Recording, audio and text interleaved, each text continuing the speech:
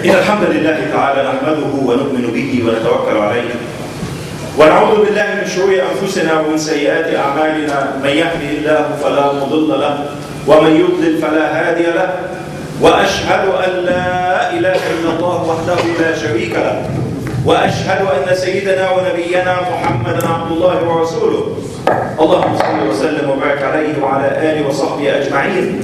أما بعد، سأل أنس رضي الله عنه رسول الله صلى الله عليه وسلم: أتشفع لي يا رسول الله؟ قال: نعم إن شاء الله. فقال له: أين ألقاك يا رسول الله؟ فقال له: تلقاني عند الميزان. قال: فإن لم ألقك؟ قال: تلقاني عند الصراط. فإن لم ألقك؟ قال: تلقاني عند الحوض. Anas radiallahu anhu, the Prophet's servant, whom he loved the Prophet ﷺ the most, and the Prophet ﷺ loved him the most. He served the Prophet ﷺ for 10 years, and the Prophet used to call him my son, Unais. And Anas asked the Prophet ﷺ, will you ask for shafa'ah, intercession? That's what concerned Anas radiallahu anhu. كان يقول: إني لأدعو الله سبحانه وتعالى أن ألقى رسول الله صلى الله عليه وسلم يوم القيامة وأقول له: يا رسول الله هذا أنيس خويدمك فاشفع لي. Anas radiallahu anhu, he used to say, I pray to Allah that I will meet the Prophet ﷺ on the day of judgment, and I will ask him, this is Unais, your little servant, Prophet of Allah. Ask for shafa'ah, intercession. So Anas asked the Prophet ﷺ, will you ask for shafa'ah, intercession? He said, yes, I will, inshallah. He said, where can I meet you? Yes, he wants to meet the Prophet ﷺ on the day of judgment. How can you meet someone and the population, the number of creation that will be raised up on the day of judgment is beyond comprehension? If the world's population now is nearly 7 billion humans, I'm not talking about jinns, I'm not talking about animals, I'm not talking about birds, I'm not talking about insects. That's just the world's human population is nearing 7 billion. And this is on 2015. Let alone from the time of Adam alayhi salam until the end of this world, and the whole of the population of the creation that Allah subhanahu wa ta'ala has created. Yet Anas still asks the Prophet, how can I meet you, Prophet of Allah? Have you ever thought of this? On the day of judgment, يَوْمَ يَقُومُ النَّاسُ لِرَبِّ الْعَالَمِينَ, when people will stand before Allah subhanahu wa ta'ala, يَوْمٌ عَظِيمٌ, a magnificent day. Who will you be with on the day of judgment? Have you ever thought or crossed your mind, who will I be next to? Who will I be seeking help and assistance from on the day of judgment? By the way, as Allah mentioned in the Quran, الْأَخِلَّاءُ يَوْمَئِذٍ بَعْضُهُمْ لِبَعْضٍ عَدُوٌّ, friends will be foes. Friends will be enemies to each other on the day of judgment. All friendship in this world will turn into hostility, blame, and accusing the other of the wrongdoing. Except إِلَّا الْمُتَّقُونَ, except the pious, the righteous. Their friendship will continue in this life as well as in the hereafter. So, look for who you befriend. Move forward, brother. Try to fill all the gaps. So the brothers who come in the late will sit. As I said before, if you know the rewards you get from the first, second, third line, you will be competing tooth and nail to be in the first line. But don't come late and then walk all the way to the front. We should all first fill the first lines, and then the second, third, and so on and so forth. Jazakumullah khair. So, who will you befriend on the day? Who will you be with on the day of judgment? Have you ever thought that you will be one amongst billions who will be raised up on the day of judgment? And Allah subhanahu wa ta'ala, وَمَا كَانَ رَبُّكَ نَسِيًّا, Allah will never forget. Allah subhanahu wa ta'ala will bring all mankind إن كل من في السماوات والأرض إلا آتي الرحمن عبدا لقد أحصاهم وعدهم عدا وكلهم آتيه يوم القيامة فردا. The dwellers of the heavens and the earth, they will all be raised up on the day of judgment. They will stand before Allah. لقد أحصاهم وعدهم عدا. Allah made records, counted them, and none will be forgotten. None. Because Allah subhanahu wa ta'ala, when you think the huge, magnificent creation of Allah, all these numbers will be raised up on the day of judgment, yes. Because who will bring them back to life? It's Allah. And that's why Allah is to be worshipped. Because He is Allah. He is able to do everything. And you should strongly believe that you will be raised up and you will stand before Allah on the day of judgment like the rest of all the creation. That's an integral part of our faith, is to believe in the hereafter, the day of judgment. It is coming. Even the Prophet ﷺ anticipated the day of judgment, the closeness of the day of judgment. He said, صلى الله عليه وسلم: كيف أنعموا وقد التقم صاحب القرن قرنا وحنى جبهته وشخص ببصره مخافة أن يؤمر قبل أن يرتد إليه طرفه. How can I enjoy life? And the angel appointed to sound the trumpet has pointed his eyes, has bent his neck, and looking at Allah's throne, fearing that he may blink. And during this time, the order will come to sound the trumpet. Imagine how imminent the day of judgment is, or was, at the time of the Prophet ﷺ, to the extent that the companions said, Ya Rasulullah, what they should, the worries, the fear. What do we say, Prophet Allah? He said, قولوا حسبنا الله ونعم الوكيل. حسبنا الله ونعم الوكيل. You say it. We rely on Allah and Allah will suffice us. So, when is the day of judgment? Nobody knows. It's the knowledge of Allah subhanahu wa ta'ala. Even the Prophet ﷺ doesn't know. Even Angel Jibreel alayhi salam doesn't know. The famous hadith when he came to the Prophet, قل لي متى الساعة؟ فقال بل مسؤول بأعلم منها من السائل. The person who is questions doesn't know more than the person who is asking. Jibreel asked the Prophet, when is the day of judgment? That is the knowledge of Allah subhanahu wa ta'ala. إن الله عنده علم الساعة وينزل الغيث ويعلم ما في الأرحام وما تدري نفس ماذا تكسب غدا وما تدري نفس بأي أرض تموت. Allah has got the knowledge of the day of judgment. But which day? It is the Friday. The day of judgment, the angel will sound the trumpet on Friday. That is why all the creation fear Friday. They worry about Friday, except the humans and the jinns. All the rest of the creation listen attentively from dawn time until sunrise. That's when the day will begin. Could it be this Friday? Could it be the next Friday? Could it be the Friday after? It will take place on Friday. This is your best day, as the Prophet ﷺ said. It's the day Adam was created. It is the day Adam was sent to earth. It is the day Adam passed away. It is the day when the angel will sound the trumpet on Friday.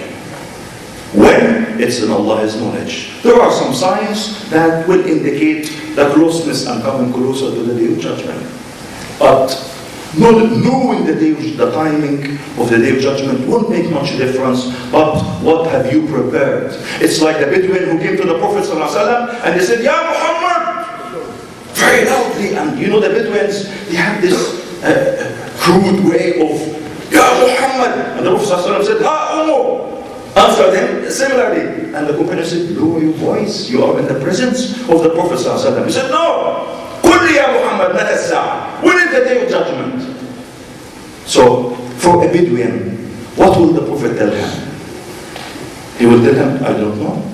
But he asked him a more important question, more relevant to his life. وَمَاذَا أَعْدَدْتُ لَهَا يَا أَعْرَابِيُّ? What have you prepared for the day of judgment? He said, nothing but loving Allah and His Messenger. And the Prophet ﷺ said, a person will be with whom he loves. If you love Allah, if you love the Messenger, if you love the companions, you will be raised up with them on the day of judgment.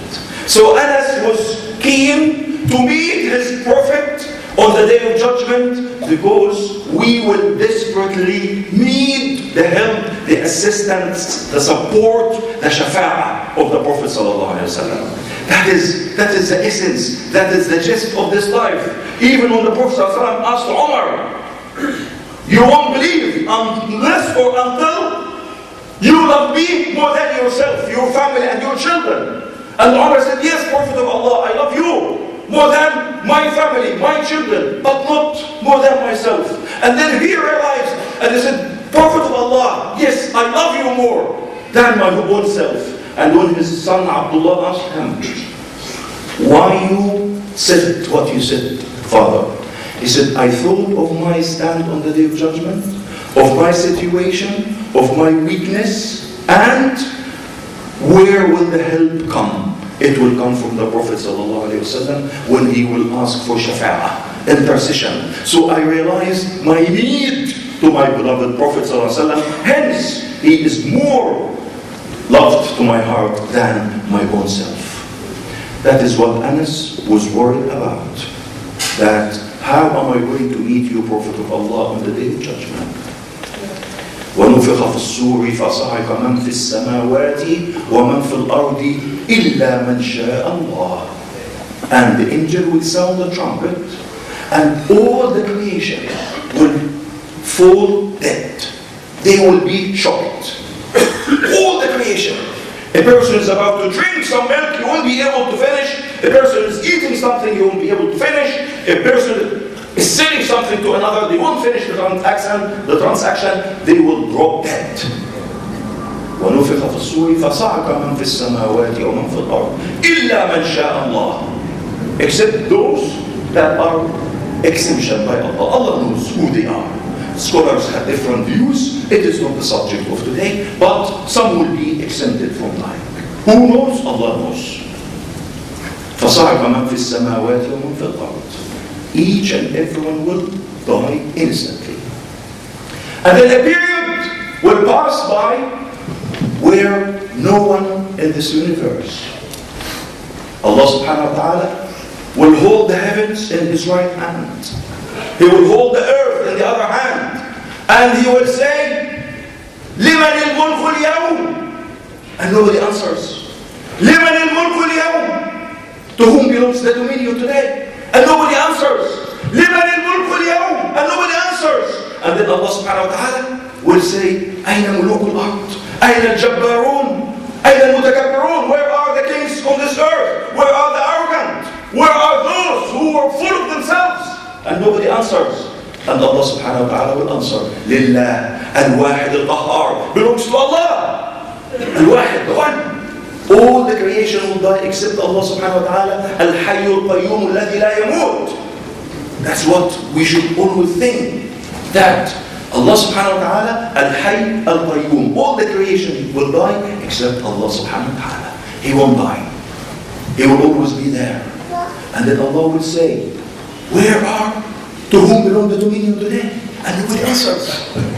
لِلَّهِ الْوَاحِدِ الْقَهَّارِ. The irresistible Allah subhanahu wa ta'ala. And then 40 will pass by. 40, either 40 years, or 40 months, or 40 days. And then Allah subhanahu wa ta'ala will send the rain. And the rain will go, will sip through the soil. And that's how we will be raised up again. As simple as that. The Prophet ﷺ said in the hadith, كُلُّ جَسَدِ ابْنِ آدَمَ يَبْلَى إِلَّا عَجْبُ الذَّنَبِ. The whole of the human body, and that's a miracle the Prophet ﷺ told us about, that the whole of the body will disintegrate, will disappear, except the lower part of the spine. Tiny piece of bone like this, called the coccyx, at the lower part of the spine, it's like the size of a seed. And from this, we will grow up again. And even if that tiny bone is not there, we strongly believe that Allah subhanahu wa ta'ala will bring us back to life. It is just to make things easy to understand. Is like when you water a seed, what will happen to the seed in the soil? It will start branching out, starts growing like nabatul baql. Al-baql is like parsley, it's like korat, it's like a plant that grows at the surface like this, it doesn't grow up. And that's how we will be raised up again. And then the angel will sound the trumpet again after 40. فَإِذَا هُمْ قِيَامٌ يَنْظُرُونَ. They will be standing, waiting for the judgment to start. All the creation, imagine you are one of them on a plain surface in a land that Allah was never disobeyed before, a land prepared for Ardul Mahshar. That is the land where all the creation will be standing up before Allah. Even the animals. Yes, the animals will be there. Although the animals are not mukallaf, they are not going to be punished or rewarded by entering paradise or the hellfire.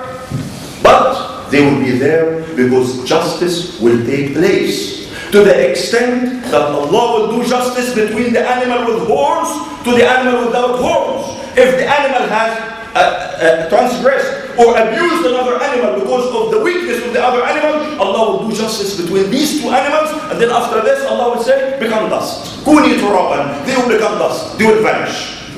But who will stand? Who will remain? It is the humans and the jinns. We are there to be judged. Because in this life, it is not a world of enjoyment, it's a world of test, trial. لِيَبْلُوَكُمْ أَيُّكُمْ أَحْسَنُ عَمَلًا. To test you, to see who will be the best. Who will be the best in what?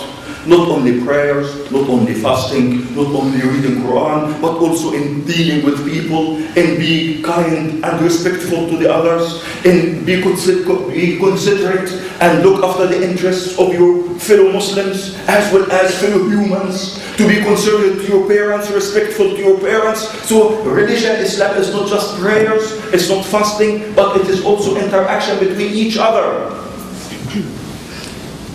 What will make the deeds heavy? What deeds will be heavy in the scale on the day of judgment? خُلُقٌ حَسَنٌ. Good manners, good characters, good attitude. You meet your brother in Islam and you smile at his face and you shake hands and you ask him with warmth and you find out what is he up to and you help him if need be. That's good manners, good characters, good conduct. What will happen on the day of judgment when the sun will be very close to the people's head and they will start perspiring and the sweat will go 70 arm length deep into the earth and the sweat will come to the surface and it will reach some people up to the ankles, up to the knees, up to the waist, and some will be covered in their own sweat up to their heads, completely covered by their own sweat. Hardship of this day. It is hard. It is not easy. But amongst those will come 7 categories of people who will be enjoying and sitting and enjoying the shade of Allah subhanahu wa ta'ala. Amongst those, رَجُلَانِ تَحَابَّا فِي اللَّهِ. 2 men who love each other for Allah's sake. They meet on Allah's love and they part on Allah's love. The same, 2 sisters, women who love each other for Allah's sake. They meet on Allah's love and they part on Allah's love. Where are you? Are you one of them? Do you love each other for Allah's sake? You will be invited on the day of judgment.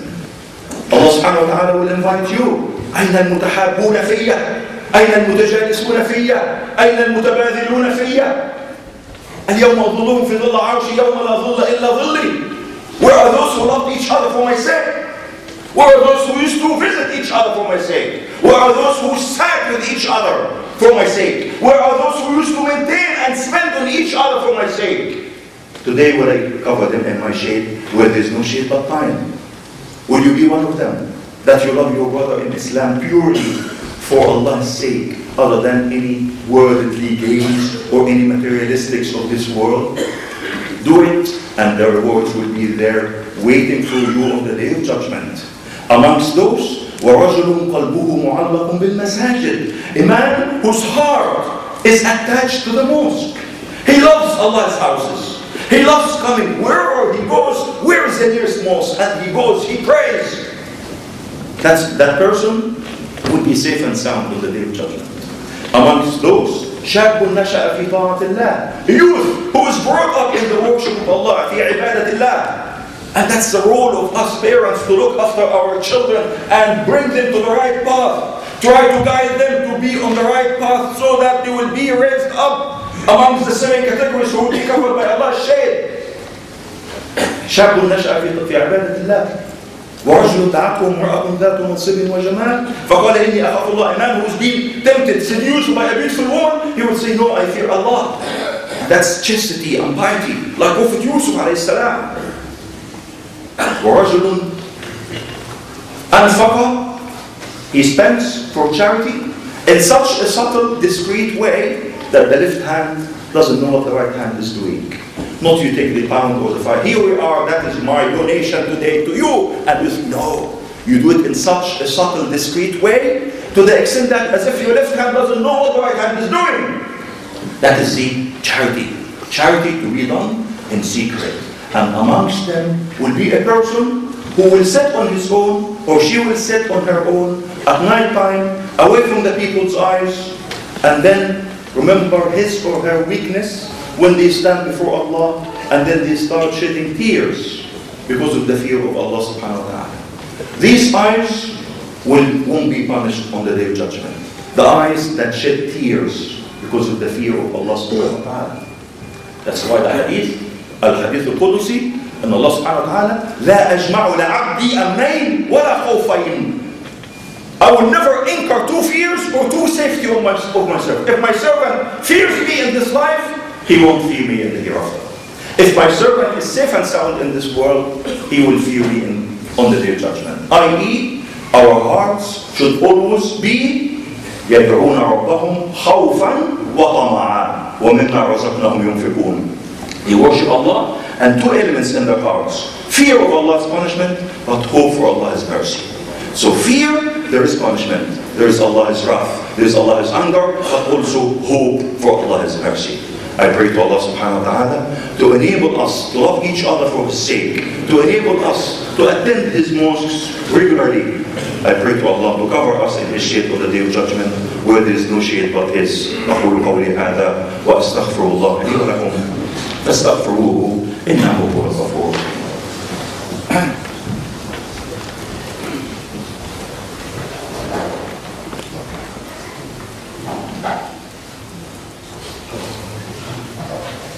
الحمد لله والصلاة والسلام على رسول الله وأشهد أن لا إله إلا الله وحده لا شريك له وأشهد أن سيدنا ونبينا محمدا عبد الله ورسوله اللهم صل وسلم وبارك عليه وعلى آله وصحبه أجمعين أما بعد. You can move forward a bit, brothers. Some brothers standing in the back, please. Just a few inches to the front. We'll accommodate a few brothers.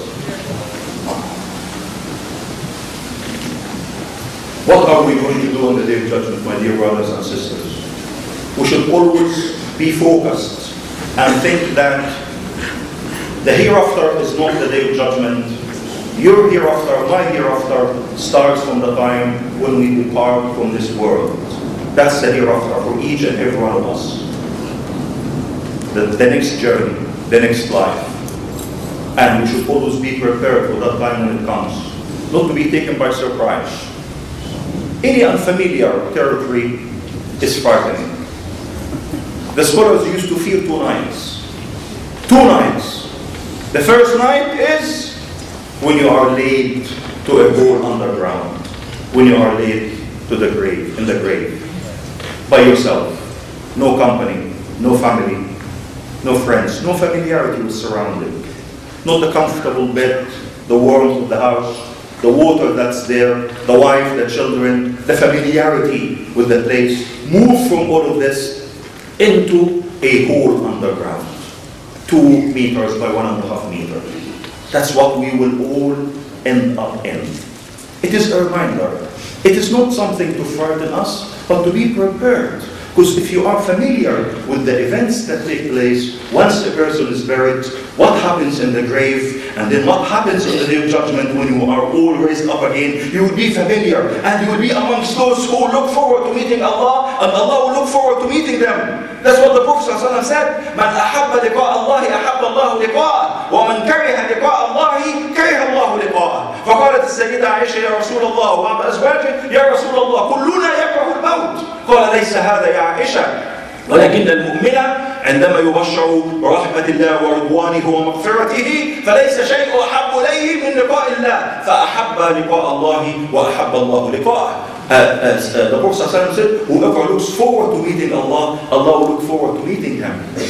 And whoever hates meeting Allah, Allah will hate meeting him. Sayyidina Aisha said, "Oh Prophet of Allah, we all hate death. We don't like death, which is natural, which is true. None of us likes death." He said, "It is not that, Aisha. But when the believer is told of what's ahead, mercy, forgiveness, rewards, paradise, he will look forward to meeting Allah, and Allah will look forward to meeting him. Allah look forward to meeting him is not similar to the way we look forward to meeting Allah. Allah will look forward to meeting us, i.e. with His mercy, with His forgiveness, and His rewards. And for the unbeliever or the kafir, he won't look forward to meeting Allah, because he knows what's ahead. Punishment, wrath, hellfire, he won't look forward to meeting Allah, and Allah will look forward to meeting him. That's why Abu Darda radiallahu anhu used to say, أحب الموت اشتياقا لربي. أحب الموت اشتياقا لربي. I like death because I look forward to meeting Allah subhanahu wa ta'ala. We shouldn't wish to die. A believer shouldn't make prayers, "Oh Allah, take my life. Oh Allah, make me know." A believer, the longer you live, the more the good deeds. In a year, you would have prayed, as the Prophet ﷺ worked it out quickly, more than 6,000 rak'ahs if you only pray 5 times a day. You will fast 1 month in Ramadan. You will read Quran. You will do acts of charity. 1 year only. If you live for 1 year, 1 more year, that would you do. So none of us should wish to die, but Abu Darda radiallahu anhu, he loves or he likes death because that is a bridge. It is a bridge that you will have to cross to meet the one that you love, Allah subhanahu wa ta'ala. There's no other way. The only way is via death. Is that we will die, we will be raised up, and by Allah's mercy, He will admit us to paradise, inshallah. It is not our deeds, but it's Allah's mercy and Allah's forgiveness. So that's why we should always think good of Allah. لا يموتن أحدكم إلا وهو يحسن الظن بالله. None of you should die, but think good of Allah. Always think good of Allah. Allah has mercy. Allah has forgiveness. But also remember that Allah has good punishment. And seek refuge in Allah subhanahu wa ta'ala from the punishment and the wrath of the day of judgment.